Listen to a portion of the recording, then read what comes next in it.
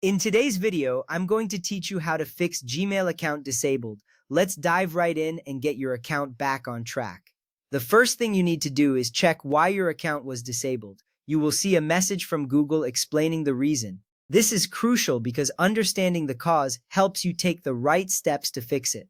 Once you have read the message, go to Google, tap on your profile icon, which you will find in the top right corner of the screen. This will give you access to your account settings. Next up, click on Manage your Google account. This is where you will find all the settings and options related to your account. Managing your account effectively can help prevent future issues.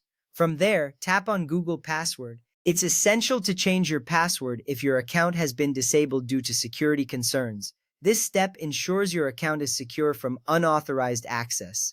After changing your password, review your security settings. This is important because it helps you make sure your account is well protected. Double-check options like two-factor authentication and recovery options. Updating these settings can prevent future security issues. Now, let's talk about some common reasons why Gmail accounts get disabled. One of the main reasons is suspicious activity or hacking.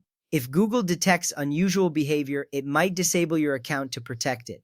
This is a precautionary measure to keep your information safe. Another reason could be spam or phishing activities. Sending unsolicited emails or engaging in phishing can lead to account suspension. If you suspect this is why your account was disabled, ensure your email activities comply with Google's policies. Policy violations are also a common cause. This includes creating fake accounts or engaging in abusive behavior. Remember, adhering to Google's policies is vital for maintaining access to your account. Finally, violating Google's terms of service can result in a disabled account. Make sure you are familiar with these terms and follow them. It's always a good idea to periodically review Google's policies to stay updated.